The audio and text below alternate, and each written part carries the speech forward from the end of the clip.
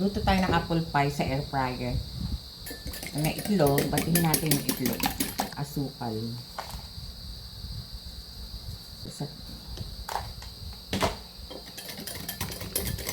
Lagyan natin ng konting asin. Baking powder.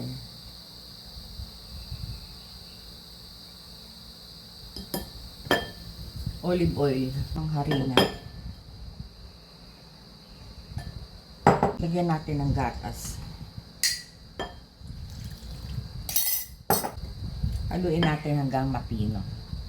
Sama natin yung keso.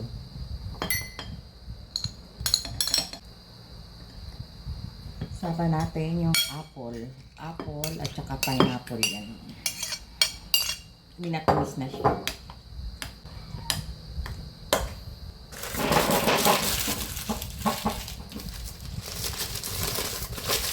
Luputin muna natin para kumapit yung olive oil. Lagyan natin ng olive oil.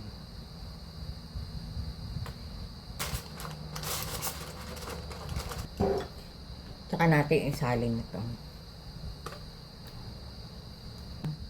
Tsaka natin i-bake sa air fryer. Luto na yung apple pie.